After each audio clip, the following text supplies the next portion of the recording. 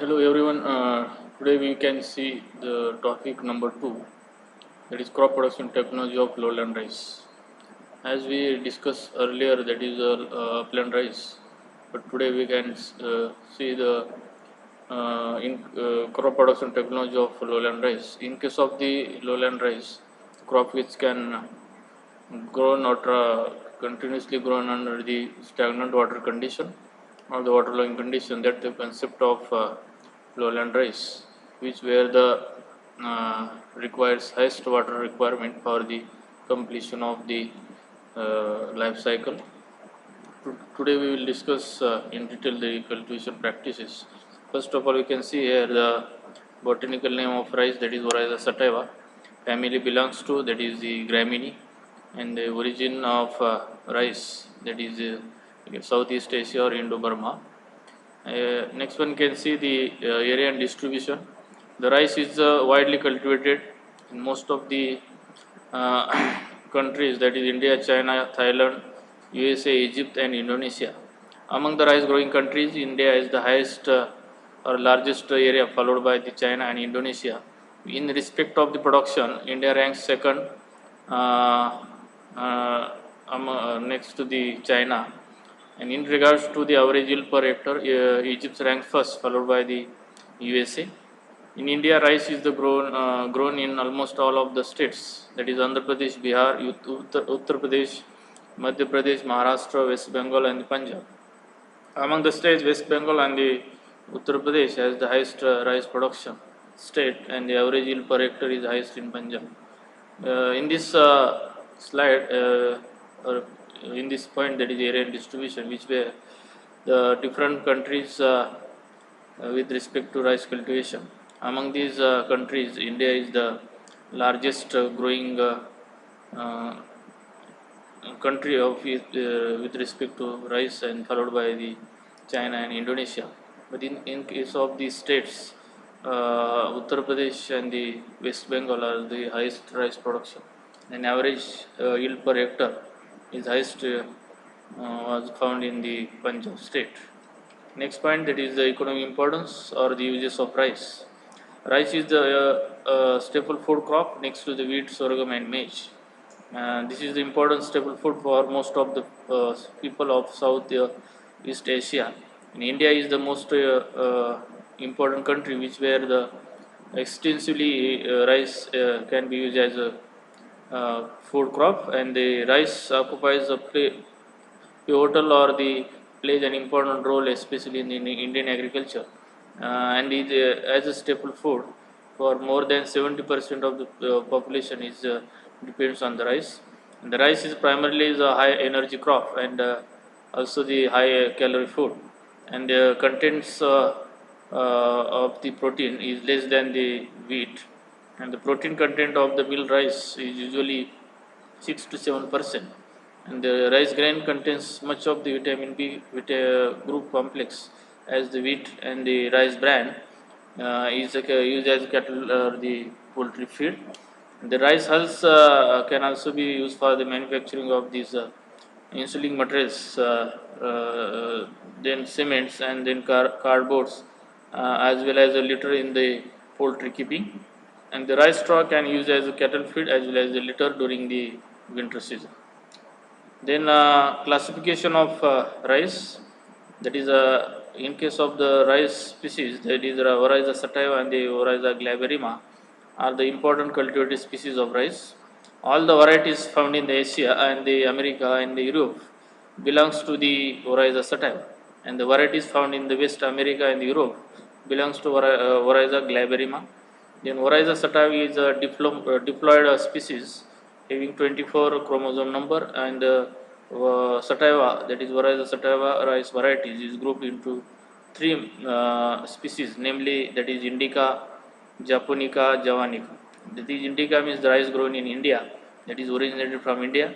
Japonica, that is rice grown in Japan, and the Javanica, that is the rice grown in Indonesia. This is important part which will be for the examination point of view, that is according to the origin, the different rice species, especially varieties of species, that is in India, that is Indica, In Japan, that is Japonica, and in Indonesia, that is Javanica.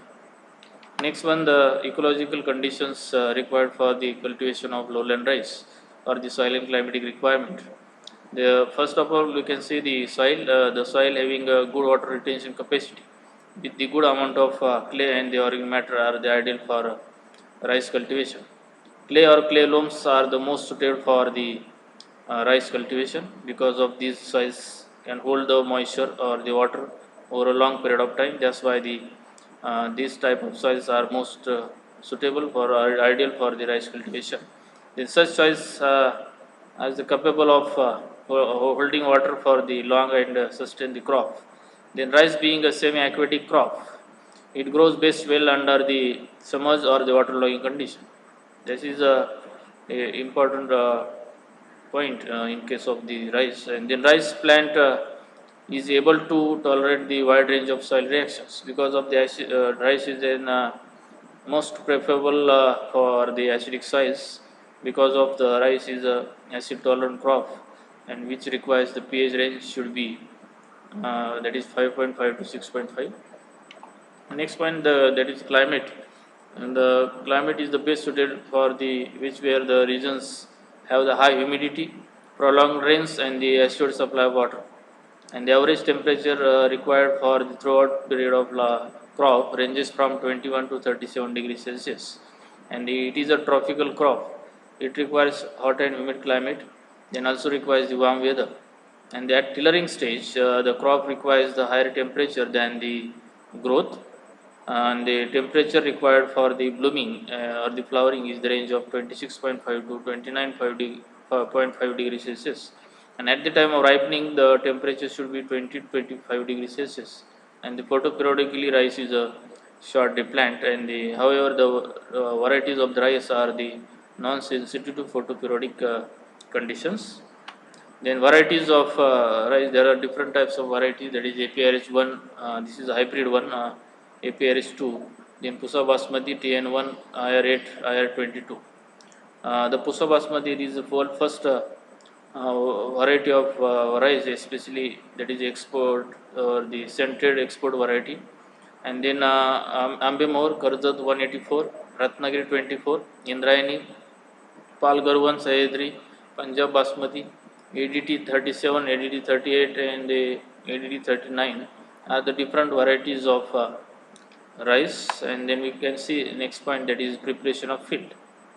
As we discuss about the lowland rice cultivation, especially for the cultivation of lowland rice, the land should be plowed that is 20 to 25 centimeter deep with the help of mold board plows during summer season, that is to expose the eggs of harmful insects, pests, or the rhizomes of the beets.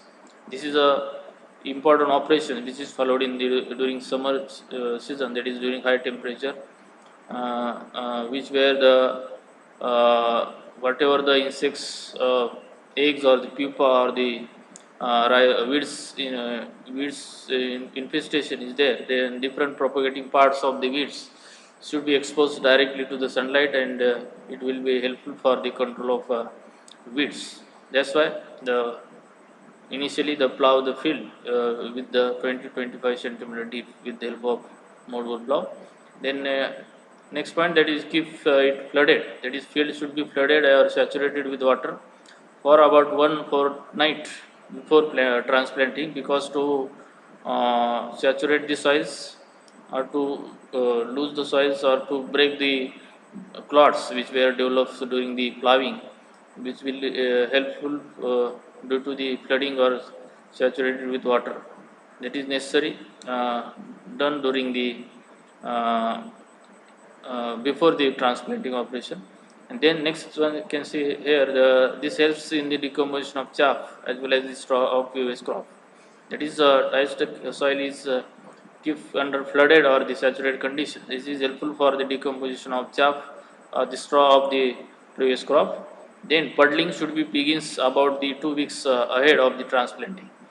As we seen last lecture, that is on in upland rice, which in this case the land preparation which were the plowing operation and then followed by harrowing operations, then sealing or the preparing the bunds on the around the field before start of onset of monsoon. But in case of this lowland rice requires the puddling operation has to be done before 2 weeks of transplanting. And then before puddling, the earthen bunds or the field bunds should be around 30 to 30 centimeter height should be made around the field, and the equipment which is used for the puddling operation or to puddle the fields, that is puddler. And then recently different types of puddlers are available, that is the bullock drawn or tractor drawn puddlers are being used for the puddling operation. Then puddling is very essential or important operation in especially lowland rice or the transplanted rice, and it helps to kill the, because of due to the puddling operation helps to kill the weeds as well as to bury them in the puddle layer, and the rate of germination of weeds is also reduced with the help of the puddling operation, and then also create the physical beneficial physical, chemical and biological conditions for required for the establishment of rice seedlings as well as improve the growth of plant.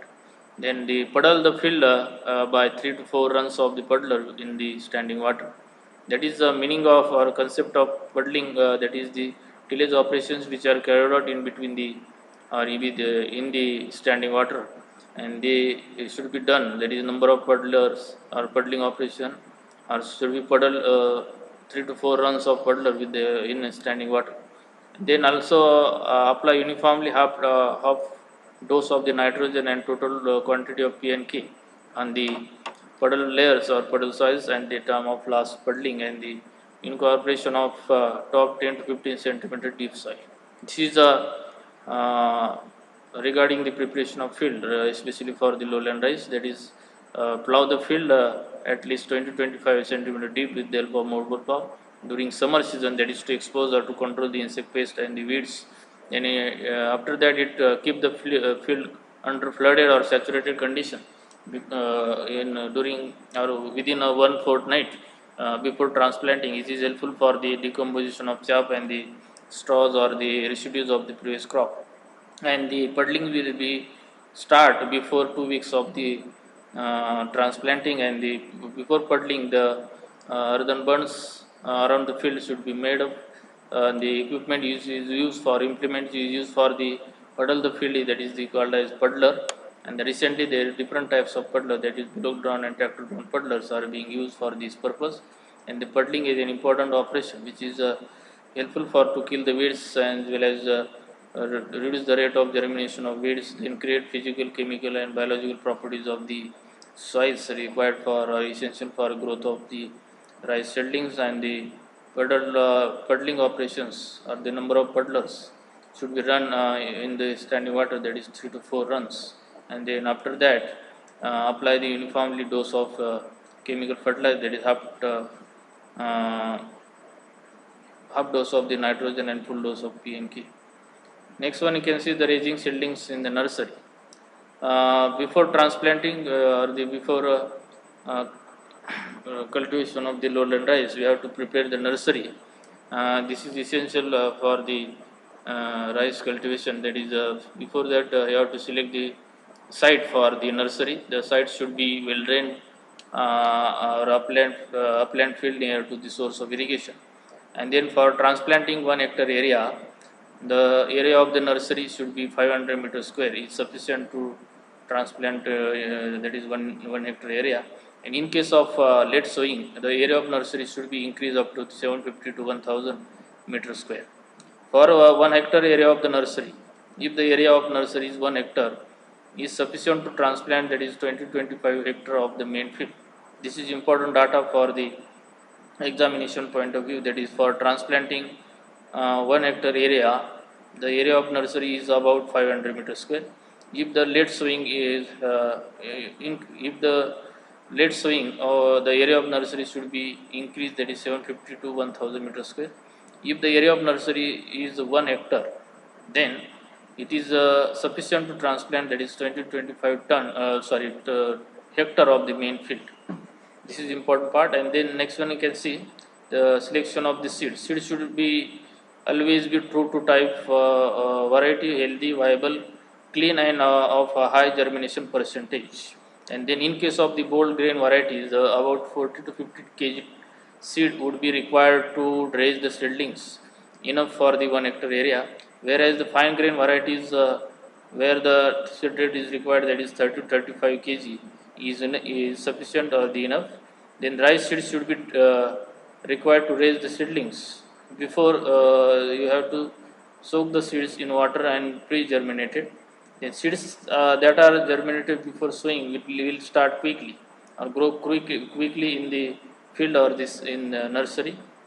And then next point, that is transplanting.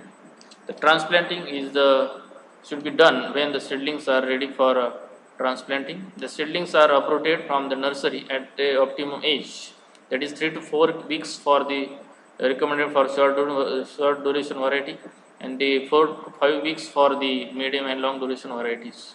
This is important as the transplanting operation.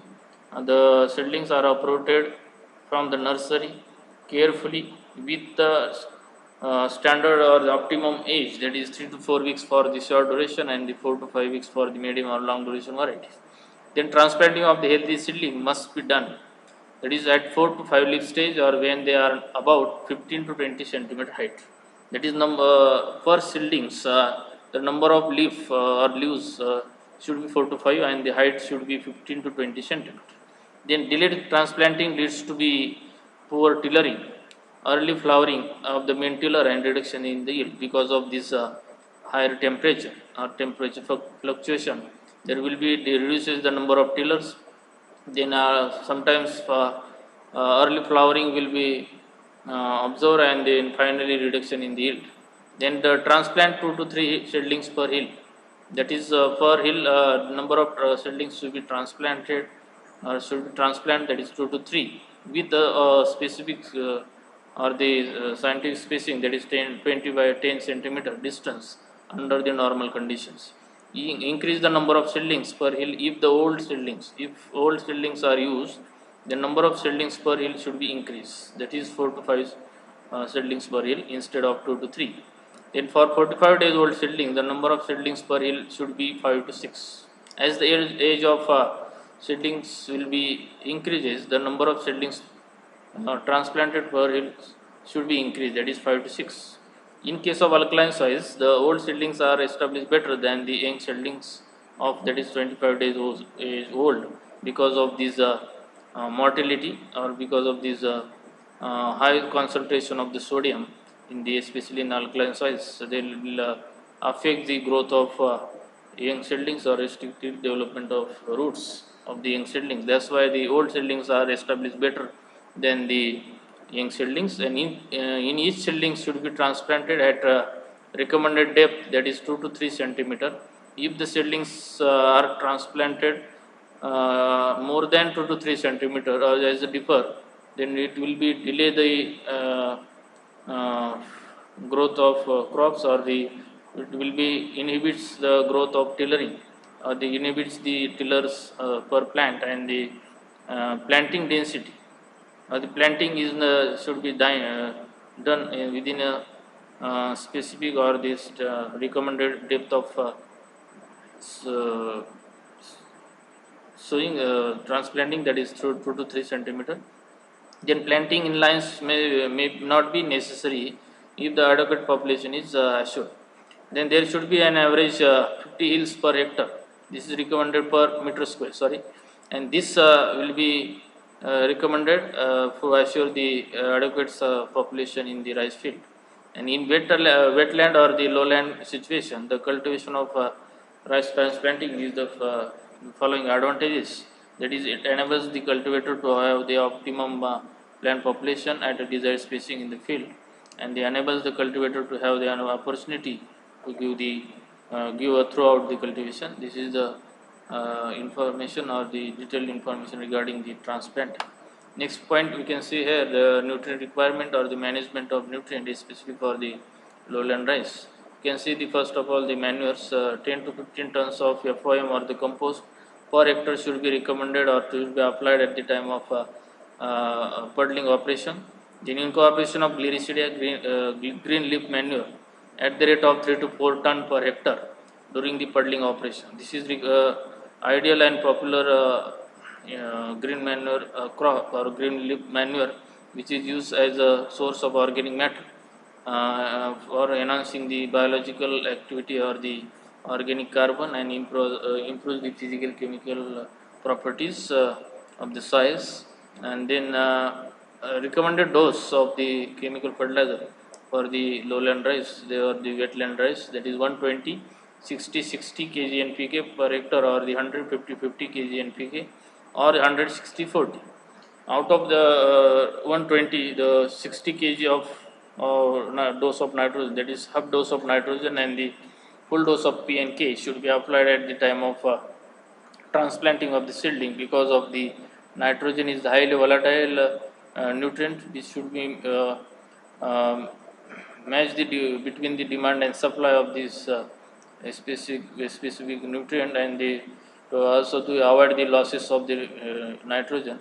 Hence, there is need to apply the nitrogen in the split doses. The remaining half dose of nitrogen should be applied at the time of panicle initiation, or the flowering or the tillering stage of the crop. This is the highly responsive stages for the nitrogen. That's why it should be applied as per the need of the crop, as per the demand of the crop. Then hence it will be reduces the losses of nitrogen. Then especially for the lowland rice cultivation, nitrogen can be applied with the modified form, or to avoid the losses of nitrogen, or how to improve the nutrient use efficiency, especially in the lowland rice field. Then these are the different methods or the schedule of fertilizer application, the techniques to avoid the losses of nitrogen. As the method of application of nitrogen fertilizer is crucial in paddy, because of paddy's crop can be cultivated or grown under the waterlogging condition. In view of the fact that hardly 30 to 40% of the applied nitrogen is actually used by the rice crop. This is actually nutrient use efficiency found in the lowland rice. Hence, there is need to apply the modified form of the urea, or the different techniques to avoid the losses. And then to unused portions also does not stay in the soil, rather it lost mainly through the leaching and denitrification. These are the two main types of the nitrogen losses, especially found in the lowland rice. And till now, there is no practical or economic ways to completely check this loss. But recently, some techniques have been developed which can minimize the losses of nitrogen. First technique or method, that is use of pre-incubated urea. That is, you mix urea with the moist soil at the rate of 1 kg urea with about 5 kg of the wet soil, and allow this mixture to stand in shade for 36 to 48 hours before applying in the field. That is the use of pre-incubated urea technique. And then second one, that is split application. The split application of nitrogen is used for increasing the nutrient use efficiency. And then when large amount of nitrogen applied at the time of sowing, say all the basal nitrogen efficiency is almost lowest, and the application of nitrogen should match the crop needs for the especially nitrogen. And then two splits doses are recommended for short and medium duration varieties, and the three splits doses are recommended for long duration varieties, and then more splits are recommended for the sandy soils. Next point, that is use of mud balls technique. That is prepare the small balls of the moist soil and put urea granules or the any other fertilizer at the center of the ball, and close the opening and allow to dry a little if possible, and use these balls in the paddy fields where it is not possible to drain out the water from the field at the time of fertilizer application in standing crop.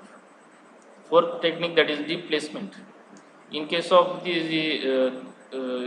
or in this method, the has received considerable importance in the case of phosphatic fertilizer, but equally important in case of the nitrogen. Ammonia, that is volatilization, is almost prevented by this deep placement fertilizer application method. And then deep placement of nitrogen is especially important in the rice, because of placement in the reduced zone can prevent or at least retard the formation of nitrates and they reduces the denitrification losses. And then for fifth one, that is use of neem coated cake, neem seed cake, as a neem seed coating is done in the urea granules. As finally ground the neem seed cake mix with the urea at the rate of 15-20%, and the crunch or moho cakes are mainly used in the similar ways. And these oil cakes delay the nitrate formation from the urea and thus reduces the possibility of the nitrate losses from the denitrification or the leaching. The nitrification inhibitors, there are different types of the chemicals which retard the process, that is nitrification process in soil, and then thereby they reduce the losses of nitrogen through the leaching and denitrification. The chemicals most widely tested are the NSERV, that is 2-chloro-6-pyridine, then AM, that is 2-amino 4-chloro-6-methylpyridine, pyrimidine, and then DCD, that is diamide, and then ST, that is sulfathiazole. These are the different nitrification inhibitors which can inhibit the nitrification process and ultimately reduce the losses of nitrogen through leaching and the denitrification. Increase the rice yield, and the increase in nutrient UGPC in India has been reported for NSERV, AM, DCD, and the ST.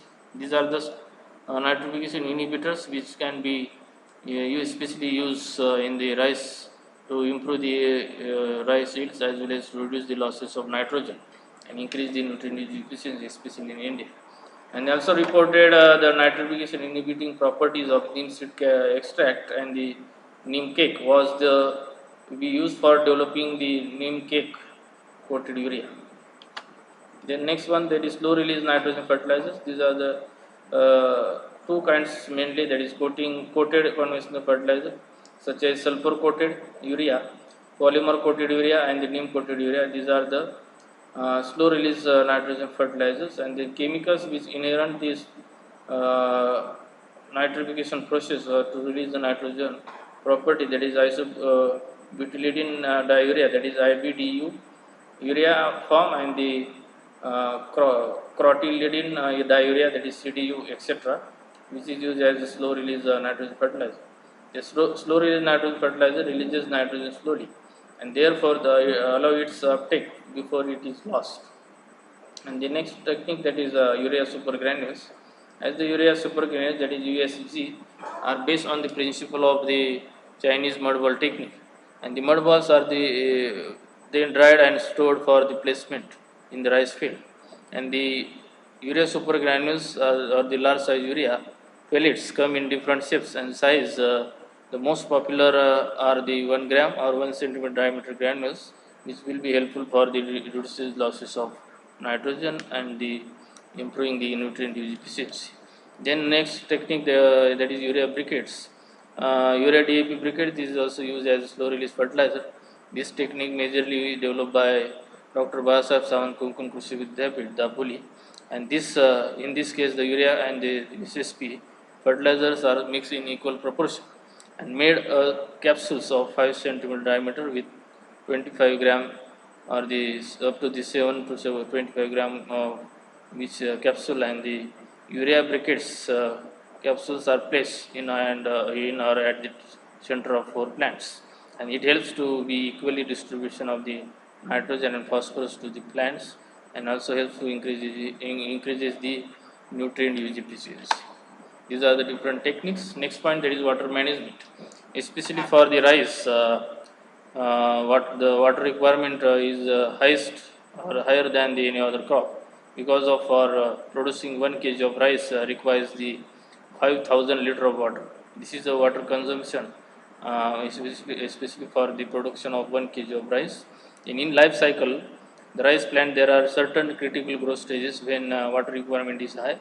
As tillering and flowering is the most critical growth stage for irrigation, especially in rice, and ensures the high or enough water from the panicle initiation stage to flowering, and the flooding is not necessary if the weeds can be controlled economically through means by the chemical, and until the transplanted seedlings are well established, water should be allowed to stand in the field at the depth of 2 to 5 centimeter, that is recommended level of water should be maintained in the rice field. Therefore, above 5 centimeter water may be maintained up to the duff stage of the crop.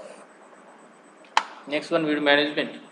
The most of commonly weeds found in the transplanted lowland rice, or especially wetland rice, that is Echinocloa colonum, Cyprus rotundus, Echinocloa crusgulli typha, etc. The weeds can be controlled by means of the herbicides like propanil or butachlor or nitrophane or benthiocarbon at the rate of 1.5 kg active ingredient per hectare.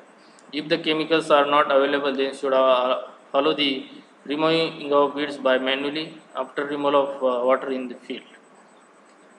Next one, plant protection. In this case, the different pests you can see here, the rice yellow stem borer, goal midge, rice ipsa, leaf roller, army worm, gandhi bug, green leaf hopper, brown plant hopper. These are the different pests of rice which were found among the different pests. The rice yellow stem borer are the major pests which can be controlled by means of this grow resistant variety, clean cultivation, uh, properly or timely removal of the weeds, to keep the field clean, and then timely sowing, then use of the carbaryl 5% dust at 20 kg per hectare. They spray the crop with malathion at the rate of 1.25 liter in 1000 liter of water per hectare. Then spray the crop with monocrotophos 36 EC at the rate of 1 liter in 1000 liter of water. These are the control measures for the control of rice pest. And then next one, you can see the diseases. The rice blast, then brown spot, then stem rot, first smut, seed blight, bacterial leaf blight, bacterial leaf streak, tungrovirus, and chyra. These are the different diseases. Among the different diseases, the rice blast is the major disease, which can be controlled by the different fungicides or the seed treatments, especially the bacterial leaf blight, that is Cressex, occur in the early stage of crop, and the tungrovirus is a major disease which is transmitted by the leaf hopper, and the chyra disease is due to the zinc deficiency. In the control measures, that is seeds are treated with the amison at the rate of 5 gram per 10 kg of seeds in 10 liter of water, and then give the 3 to 4 sprays with 0.2% Zineb or Mancozeb 75 WP at an interval of 10 to 12 days, and they use treated seeds only, and they spray the crop with 1 kg Bevestin per hectare in 1000 liter of water. Next one, that is harvesting and yield. In this case, in this point, that is the science of maturity. Before harvesting of the rice crop, there are different signs of maturity should be observed. That is yellowing of leaves, stem becomes greenish to yellow or golden in color, panicles turns greens to yellow in color, grain becomes hard and tough, metallic sound comes when the grains are kept or placed under teeth. Harvest the crop as the soon it matures. If the delay, if harvesting is delayed, the grain may lost due to the damage of rats, birds, insects, or the sometimes shattering and lodging. Then timely harvesting ensures the good grain quality. Then right stage for harvesting is when the about 80% panicles have the 80% ripeness spikelets. And at the time of harvest, the upper portion of the spikelet should be in the straw or yellow color, and the grains will contain 20% moisture. The crop is generally cut with the serrate edged sickles, that is Weibo sickle, having the serrated margins, which is developed by Dr. Babasaheb Savank Krishi Vidyapith, especially for the control of the yellow rice stem borer pest. And these plants should be cut quite close to the ground and left in the field for a few days to dry. And later on, they should be collected in bundles and staked for the threshing. And the threshing should be done with the help of beating of sticks or the threshing machine, or with the help of dog trampler. And thresh material should be cleaned properly and the dried under sun.